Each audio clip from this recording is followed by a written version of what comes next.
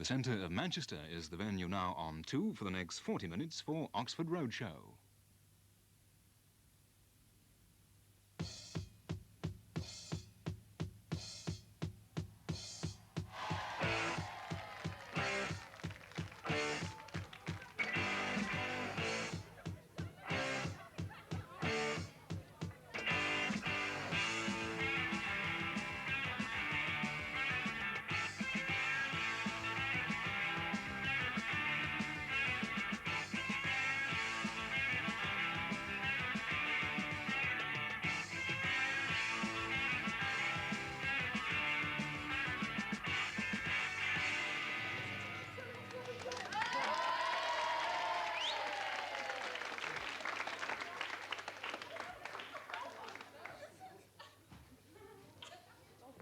Whoa, okay, hi kids, good to see you. Okay, lots of grooving going on. Hi, peace, okay, jacuzzi, disco sound. Everybody's getting round. The Bee Gees are my sound. Okay, good to hear you, everybody. Welcome to the Oxford Roadshow. Hey, did you see that smoke effect? Wasn't it wacky? Okay, we just did that to show you how up front and now we are, and really on the street level, okay? Not like Top of the Pops who've sold out and don't do punk anymore.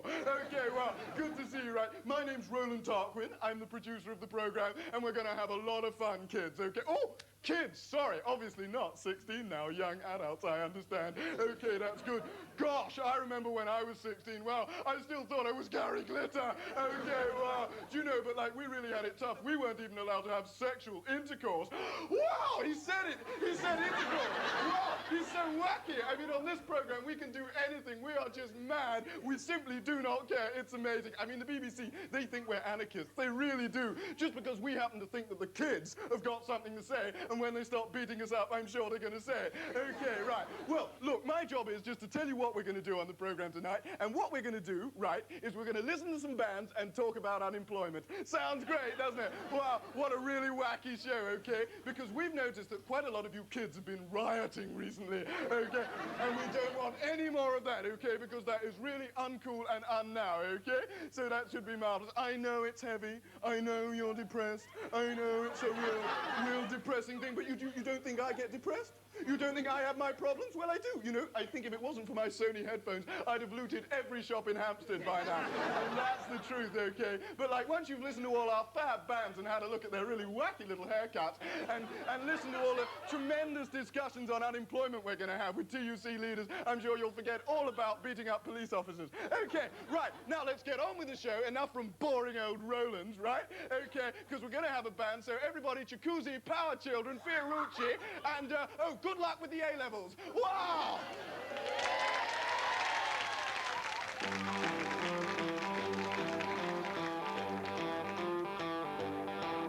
Honey, hush!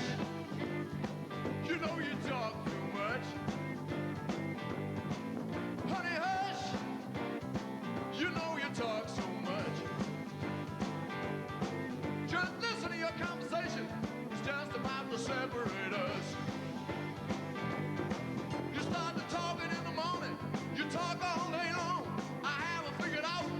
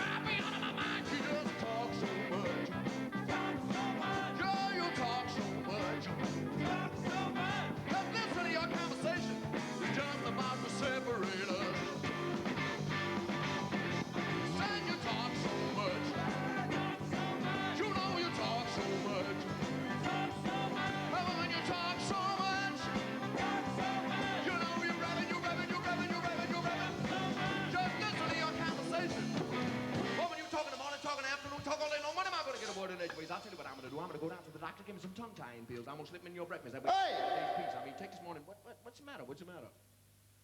You talk too much. Oh, me? Yeah!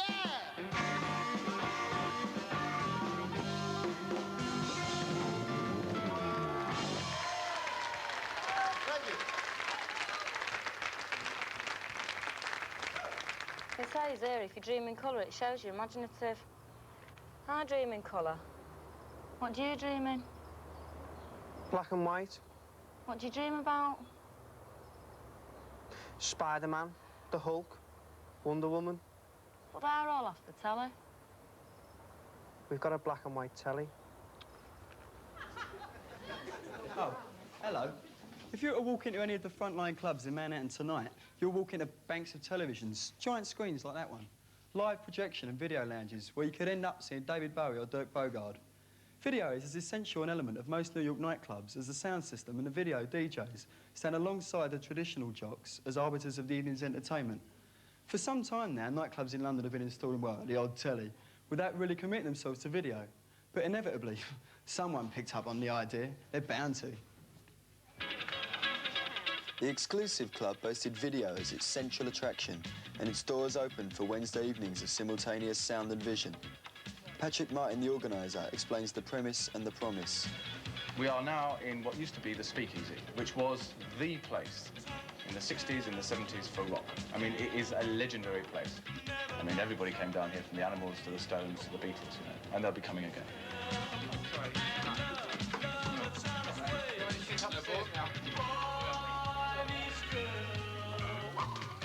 We entertain them in a new and unusual way. We've got things like 3D sound and vision planned, and I think that people will be interested in things of that nature. And since they cannot get it at home because the major broadcast companies are not broadcasting anything of an artistic nature in that field, we offer to them in a club. And they can dance if they want to. They just put their headphones on and watch weird stuff on the screen. Why not? In this country, we have a problem. Many people produce video art or independent video work, and we find that it's difficult to get it on the television. It's difficult to get it broadcast in any other way than alternative mediums. If you're not on Top of the Pops, or if you're not on the Old Grey Whistle Test, that's it. Because it's pop promo time, and a lot of the work that is being done by various visual artists is not pop promo. It is just visual art. It's sound and vision, music as we call it.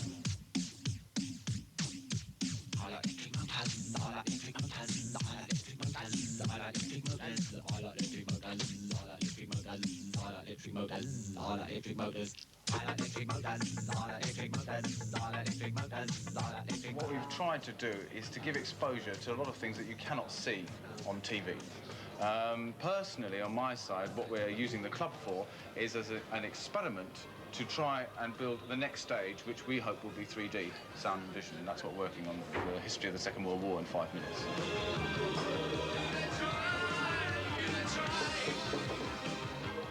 But it failed, in that by the third week there were only 20 people there. The videos seemed like an awkward afterthought in a disco designed for stockbrokers to do John Travolta impersonations in. The exclusive simply wasn't built as a late-night video art gallery. A dance floor is a place for movement, a bar a place for drinking and talking. There was no real place for the videos.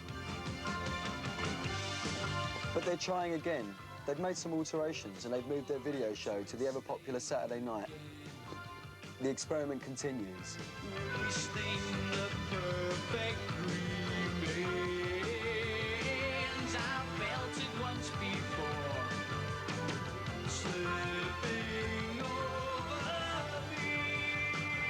The exclusive club didn't fail because of the weakness of video, though.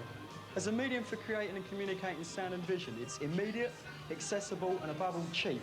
And it must alter the way that we view our viewing in the future. I mean, look, in this studio, we got, what, 5 cameras, one very overpaid producer, millions of quid's worth of equipment, and hot gossip. We could have made a video. Hurry, hurry, hurry! Step right up to see the circus of death. Our victims tonight will include the Red Ross Amazing Prancing Horse. We have Dumpy and Dozy, the clumsy clowns. Dynamite and Dash, the strongest women in the world. The amazing Bomboclat Extraordinaire Trapeze. And the delicious leopard. 9 o'clock flight from Hawaii. The Trident is just touching down. We're waiting here on the tarmac. McGarrett is wearing a frown. He's here to help with a problem. A blood-spattered curse on our land.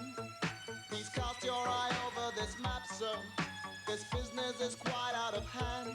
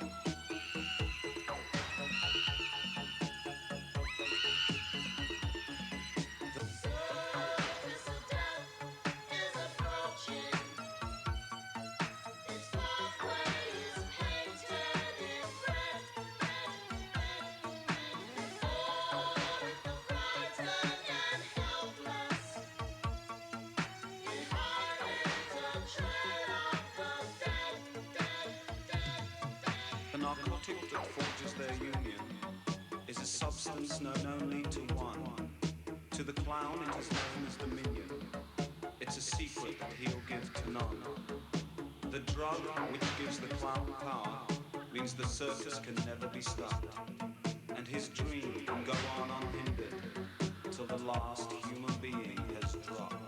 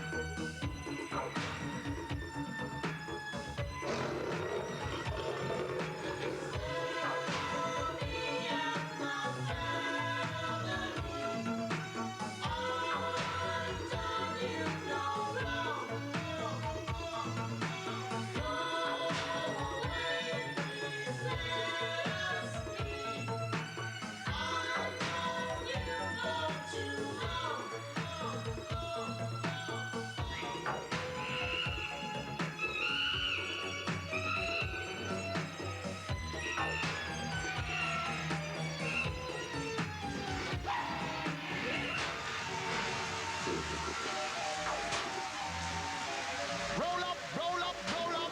Get your tickets here for tomorrow night's performance of the Circus of Death.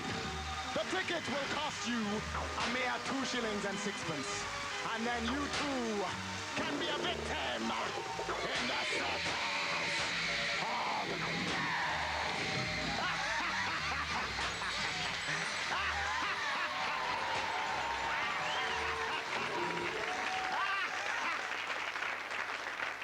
What was it? They're on tour at the moment, and wherever they go, they attract a lot of comment. Nobody can deny that they're brilliant dancers, but many people say that their work reinforces sexist attitudes towards women. But what is sexism? Nancy Perrin got up on our soapbox to tell us. Sexism is all about expecting people to conform to their stereotypes that have been set down for them by society. These are reinforced through advertising, the media, and throughout our education. In schools, there's still clear divisions between what are supposed to be girls' and boys' subjects. In advertising, women are usually portrayed either as the glamorous young secretary who's still answerable to her male boss, or as a perfect mother and housewife whose only concern seems to be whether or not her husband's shirts are white enough.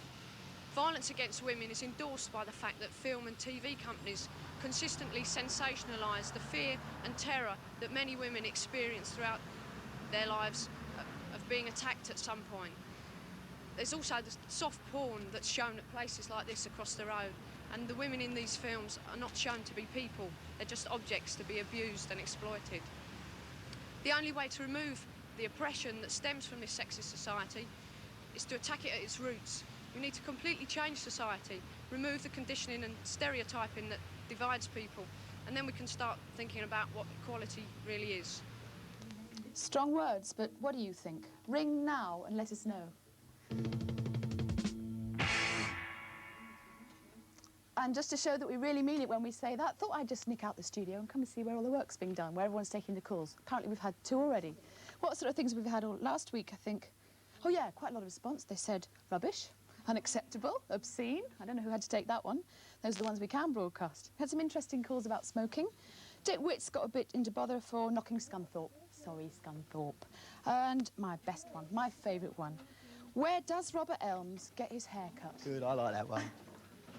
I just want to know so I can avoid it, said someone. Keep phoning. We're going to keep this lot busy after all, as you can see. Just one more thing, we'll remind you of the number. 061 814 3222. Thank you, girls. Oh, it's broken. I know, that's why I never ring you. I bet it's you that smashes them up. What? I spend all day trying to find a box that works so that I can ring you. And then when I do, you come out with all sorts of stories and lies and you're at the other end of the line, so I can't get my hands on you. Is it any wonder I smashed the boxes up? Yeah, sexism in comedy. Well, a lot of people say to me, they say, oh, you're an alternative comic, you got that Cockney accent. Why'd you play all the trendy places, play the lefties like the Oxford Road Show? Yeah, I should go. No, well, they say, why don't you play the working men's clubs in the north? Well, I'll tell you why this is. I went to one once. It's run by a bloke, I don't remember his name, Bernard or Les or something like that, Bernard Mann, I don't know. Strange place, working men's, that was the first joke. Half the audience were women and most of them were unemployed. Strange place, like spending your leisure time on a cross-channel ferry. 14 bars, a Space Invaders room and everything covered in sick. There was blokes coming in with sopping wet feet because there's no bulb in the gents, and then there was the comic. Now look, we've been talking about sexism. I want to talk about size. I'm not a sizist. He was a fat comedian, I'm a thin comedian. Fair enough. He was a very fat comedian. He was into being fat. He says, I am a fat comedian. He was so fat when God was making comics, the original intention with Bernard was to do a double act. But he ran out of brains, so he thought he'd compromise. You could park a transit van up his jacksie and you wouldn't have to reverse out, right? Know what I mean? 3-point turn. He's got a face like a well-stained duvet, and he thinks Hitler could have been the best in the business if only he'd toned down his act just a touch. Very weird. He starts his act. Now, it's weird. It's existential. Because I don't know what this man must have married, but he must have married a whale. I mean, he must have married an EEC butter mountain. Because this comic, what needs council planning permission to change his wife fronts, thinks his wife is fat. This comedian, who couldn't do celebrity squares when they asked him because they couldn't fit him in the box, thinks he's got a fat missus. His mouth's starting one joke and the end of his chin is dealing with the previous one, know what I mean? So I started thinking, I thought, what is it that makes people laugh? Is it sex? Is it size? You know. So I watched the telly, because the telly's got all the best comedy on. Now, let's face it, lads. Men and women have different shaped chests. I mean, there's no way you can get around it. They're different. I mean, I know babies are into that. They wouldn't have it any other way. But there is some school of thought that thinks the difference is for an entirely different reason. It is to give everyone a jolly good laugh. Yes. I watched these programmes, sitcoms, marvellous laugh, I nearly did. Work entitled, Can You Show Me the Way to Oldham? And I found out that the best thing to get the great British public laughing is something I haven't got. Because apparently it's big tits. It's got to be said. Apparently it is a big front on a woman. I saw this sitcom, I was telling you. There was Gloria behind the bar. She was a big woman. In comes the camera, steam up the lens, everybody loves it. A taped audience can't be wrong, big tits. In comes Tom, he's an amicable northerner. He says, Bayek, you don't get many of those the pound. He gets a laugh. He says, Bayek, I wish I were her doctor. He gets a second laugh. Same woman, I couldn't understand it, right? He says, Bayek, no wonder they built the extension mansion. Another laugh. He says, by heck, that's the loveliest pair of eyes I ever did see. 4 laughs, 1 woman. I couldn't understand. It didn't stop there. It was getting better now. Old Gloria warming up. In comes Alhambra, scheme it up again. There we go. Says, oh, can I get you something, gentlemen? It depends on what you're offering, Gloria. Love it. First laugh. Something a bit fancy. Have some lovely little nibbles back here. We can see that, Gloria. Oh, some scotch. My customers love my doubles. Thank you very much, Gloria. I've got a couple of big ones here for you. Yes, there you go, Gloria. Get your mouth around one of these. It'll soon warm you up. Well done, Gloria. There you go. Everybody loves them. Women's tits. That's the best thing in the world. We got hundreds in the audience tonight. Why aren't you wetting yourselves? I don't know. I mean, dear me, girls, how do you get dressed of a morning? You must die. Up comes your night dress. Oh, look, there they are. Laugh, I nearly did. Wonderful. Girls, you know, I know why none of you are in any of the blooming jobs in this country. You must all be sat at home laughing at your tits, aren't you? Sexism in comedy, watch out for it. Thank you, goodbye.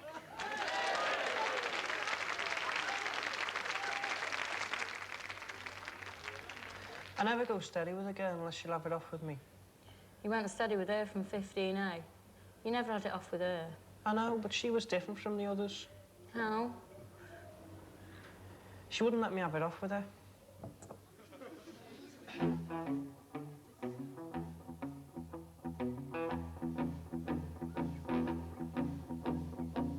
I walk the streets in the dead of night, well, so nervous in the broad daylight. I don't understand what my problem is. I said, somebody tell me now, what gives up? My lady loves me, tells me all the time, and I'm so glad that she is mine. I got money, fine, a house and a car. I need her help, I need a drink, I need that all-night bar. I get so lonely, I can cry. So lonely, I can cry. So lonely, I can cry. Don't ever leave me, don't ever say goodbye.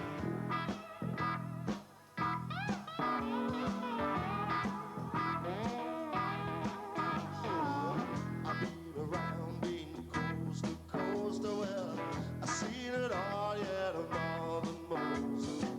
I ain't so dumb and I ain't so smart. I need a help, I need a drink, I need that all-night bar. I get so lonely, I can cry. So lonely, I can cry. So lonely, I can cry. Don't ever leave me, don't ever say goodbye. Don't leave me, baby.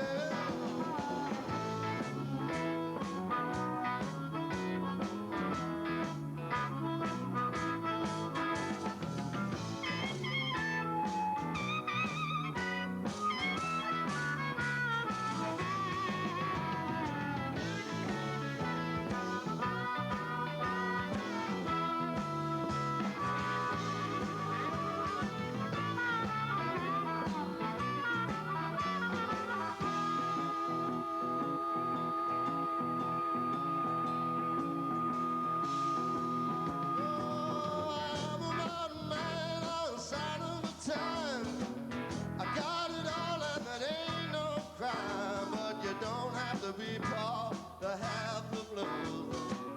I need a helping, baby. I need you. I get so lonely, I can cry. So lonely, I can cry. So lonely, I can cry. Don't ever leave me. Don't ever say goodbye. Oh, now so lonely that I could cry. So lonely that I could cry.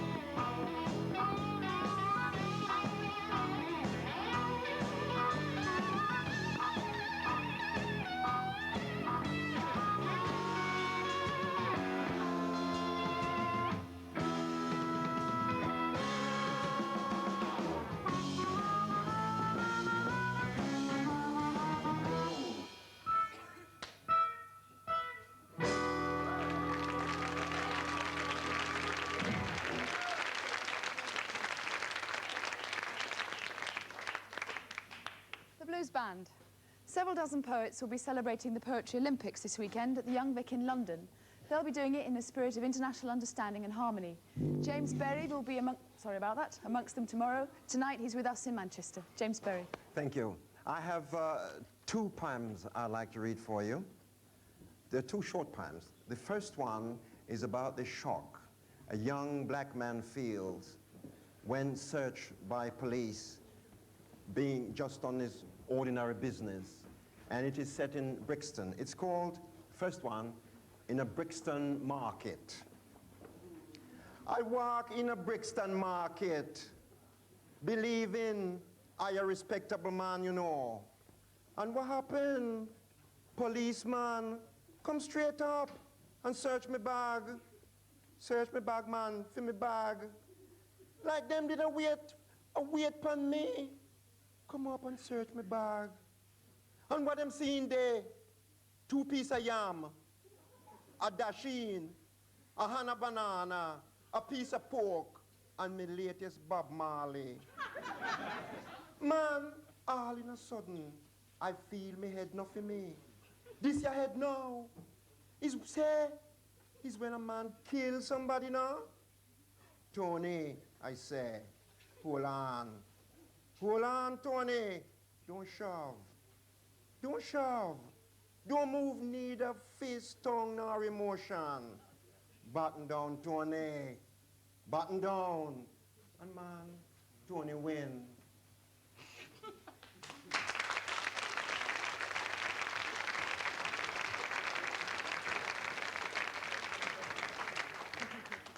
The other short poem I'd like to do for you is about prejudice against differences, against the diversity that we find in the world. In fact, this particular poem was written immediately after the Brixton riots, and it's called, What Do We Do with a Variation? What do we do with a difference? Do we stand and discuss its oddity, or do we ignore it? Do we shut our eyes to it, or poke it with a stick? Do we clobber it to death? Do we move around it in rage and enlist the rage of others? Do we will it to go away? Do we look at it in awe or purely in wonderment? Do we work for it to disappear? Do we pass it stealthily or change route away from it? Do we will it to become like ourselves? What do we do with a difference? Do we communicate to it and let application acknowledge it? Thank you.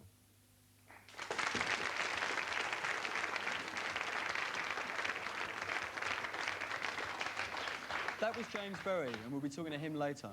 But there's been plenty of talk this week since Lord Scarman reported on the riots in Brixton, Moss Side and Toxteth, and what he thinks should be done to stop it all happening again.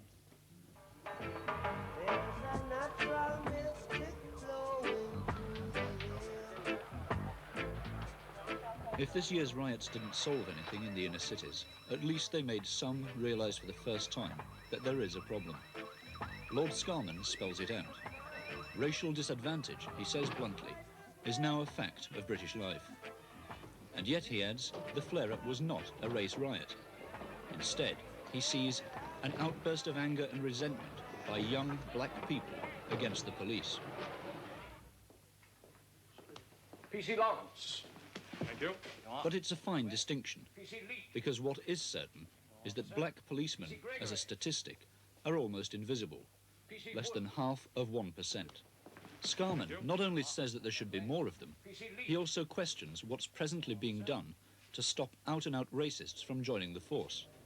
He suggests improvement through a longer basic training that stresses the understanding of ethnic groups. That's it.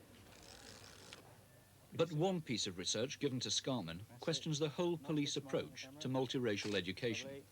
After psychological tests on a batch of recruits and PCs, it concludes that the police naturally attracts conservative and authoritarian personalities, that there's a subculture in the police that promotes hostility to coloured people, and that although racial prejudice may appear to fade during basic training, the day-to-day job of the PC actually reinforces racist attitudes. And lean against them. Scarman himself finds no backing for any view of the police as wholly racist, but points to discrimination among individual officers. The damage done to the community by any one of them is incalculable, he says, but he adds, it is unlikely that prejudice can be wholly eliminated from the police so long as it exists in society as a whole.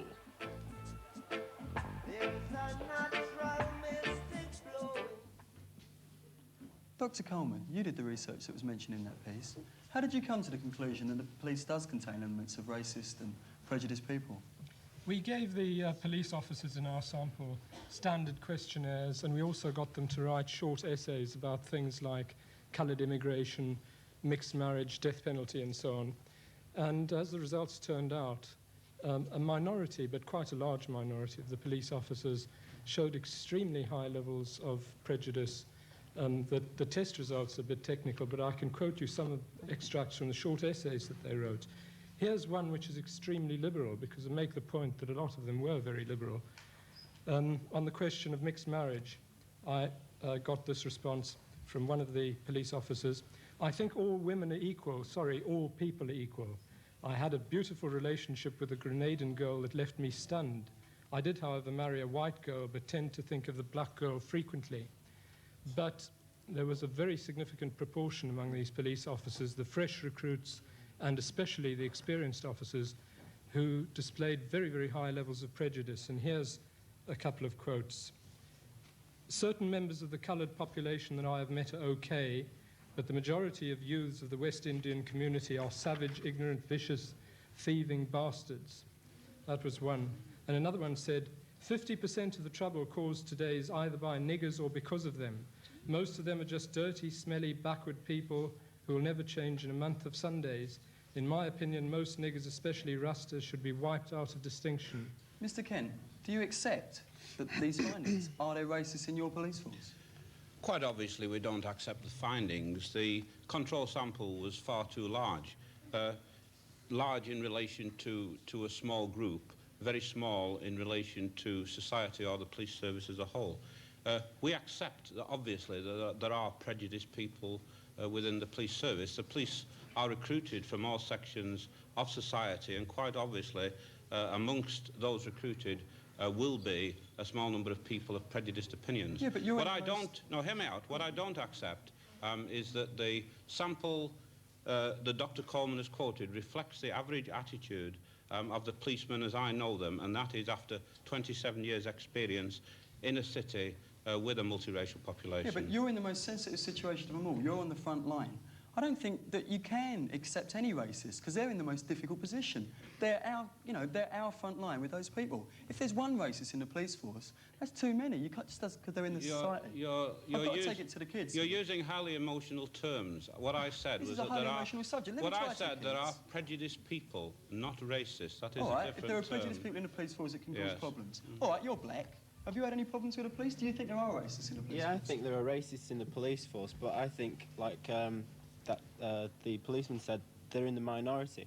And I think that if young people get to know the majority of policemen and try and establish a relationship with them, then the attitude of the minority will change. James Berry, as a black man, as a poet who feels strongly about racism, you know, you've obviously experienced this. Would you like to tell us how you feel about that? Well, I certainly think that the police, a large number of them, are somehow there are police stations that seem to become largely influenced by an attitude of prejudice which the black population feel.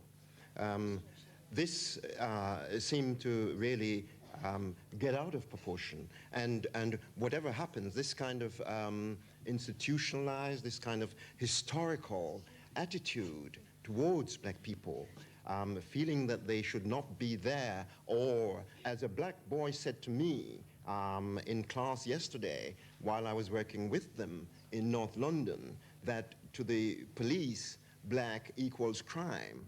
Well, now, okay. that is really damning. How do you combat this? How do you go about altering that kind of attitude? Well, it's through education, and of course, living together, and of course, the national attitude is very important, particularly on television. You know, the national attitude that we notice, the omission of blacks on television in a positive way, other than when something bad happens, when there is race riots or something like that, or merely certain picked out games, boxing, cricket, and so on. It does not help. We need good black models. You spoke about education. I believe there's something called multicultural education, which is taught in a lot of schools these days. You know, do any of you get multicultural education in your schools? Are any of you, you know, taught about other cultures, etc.? Yes, we're taught in our school about our, you know, religious education. You know, Rastafarians, Sikh, Jews, the lot. When I was small, I was prejudiced against them. But as I learnt all about it, you know, I was less prejudiced, and I accept them, you know, in his society. Yeah. So do you lot, all of you, do you reckon education can help in this respect? Yeah? I mean, you know, okay, you're probably still in school now. Has education altered your attitude at all? Yeah. Really? In what way? Well, you know, because it's a lot of blacks and Pakistanis and all that in our school. Well, it helps us to learn about their religion and know more about them, and they learn more about us. Yeah. Do you think yourself that this could help in the police force, that this kind of education, this kind of understanding? Education, and more important, I think, understanding are the most important things in life. I've welcomed the opportunity to come here. You see young people from all ethnic groups, all here tonight enjoying themselves. Now, that is a situation within the police service. We do work with people of all races and hopefully all colours. I would agree that the number of coloured policemen is small in numbers. That is not at the fault of the police service. In our service here, we welcome as many qualified coloured recruits of all races equally as white recruits. I'm certain that education is important. I think that this thing has to be put into proportion. Prejudice is evil, discrimination is even more evil, and what must happen within the police service equally with teachers like James Berry and indeed with university professors like Dr. Coleman, we must all work together to make sure that the multiracial society that we now live in manages to live peacefully together without the episodes of the last summer. Would you join the police force? Why not? No, because I think a lot of them are prejudiced. Yeah, but surely the way to help that is for, you know, black kids like you, or you, to go and join it. Why wouldn't you? Come on, you're in the opportunity. You're the age now where you could go and get a job there. Would you do it? Yeah, I'd join the police force. Yeah? Yeah. Do you think that would help? Yeah, it would help, but I think something else that would help is a while ago you were talking about education. It's not only the kids that should be educated, it's the police that should be educated as well. I think one of the best people who could help educate the police is the kids themselves by talking to the police and getting the police to understand them and them to understand the police. Do you agree with that, Mr. Kent? Well, quite obviously, Scarman has commented on this. Depending upon one's background, of course, the degree of education one needs must vary. I might live for many years in a multiracial area, and I think that basically my understanding of cultural differences is reasonable, not absolute or perfect, but reasonable. Mr. Coleman, I believe you've done work on this. Well, I think that, yes, I think there are two things that need to be done. I mean, I think, first of all, there should be some attempt to screen out highly prejudiced people from the police force in the first place. And this could be done by means of some sort of examination of their attitudes when they're recruits joining. At the moment, there's no psychological screening whatsoever for the police, and I think this could be done. But also, on the question of education, I think that education could be extended for more experienced we can't really officers. wind it up there, but there's one question I'd just like to ask you lot. Are you less prejudiced than your parents were? Yeah. Well, if that's the case, then perhaps the future is good. Why? Tell me why. Well, there's better money. I mean, we've been brought up in a multicultural society. We're bound to be less prejudiced than our parents, who've been brought up in a one cultural